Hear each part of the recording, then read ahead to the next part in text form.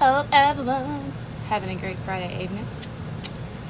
So, one of my agreements is my purpose is to bridge certain things.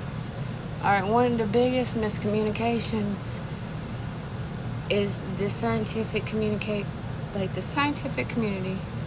the spiritual slash, well, I would say the religious community, because I'm going to put the spiritual right here. We're going to say science, spirituality, religion, right? So, let's translate a little bit at a time.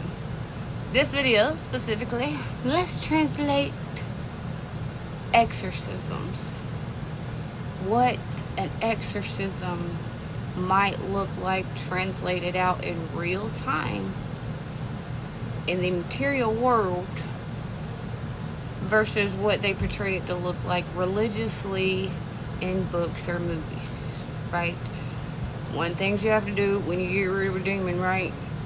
Frequency's words. That's why smear campaigns are considered dark divination, because when you put out words that can harm another person, it's a frequency. When they do witchcraft, they chant. They use words. They're putting out frequency. To get rid of a demon, you have to identify the demon, right? You got to give it a name. You got to know the demon's name. The demon is not always going to give you its name. What might that look like in real time to a non-religious person? Let me tell you. Let's use this one. I'm going to explain out an example that I'm going to give it a term.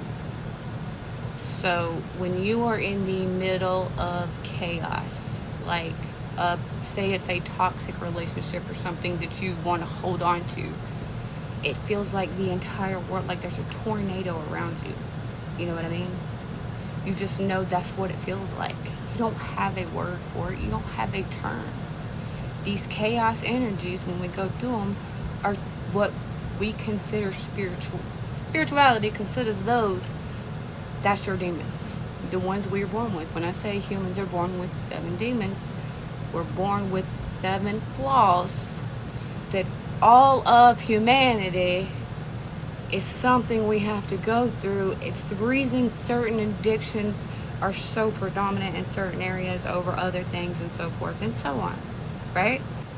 So when you get tired of that tornado and that chaos swirling around you, you either like self-destruct kind of thing, or you'll go looking for answers. When you go looking for answers, you're able to start to identify what's going on with you. So if you're in a relationship with a narcissistic person, you go and seek help, you're gonna put a term, a name onto the chaos energy around you. That chaos energy, if you're with a narcissist, they create around the person that they'll be energy siphoning. Energy siphoning, it'll explain to you what it looks like in my life. Energy siphoning, they do that. They create, and then you'll have this going on around you. What's going on around you? That term is cognitive dissonance. I just named that demon. Now that I have named that demon, you can now go find out what it is and start to heal and put that demon back to rest where it's supposed to be, translating it there to what would be religiously considered an exorcism. There it is in the physical. There's just the physical version, the religious version, and I'm the spiritual version explaining it to you. Have a good rest of your evening.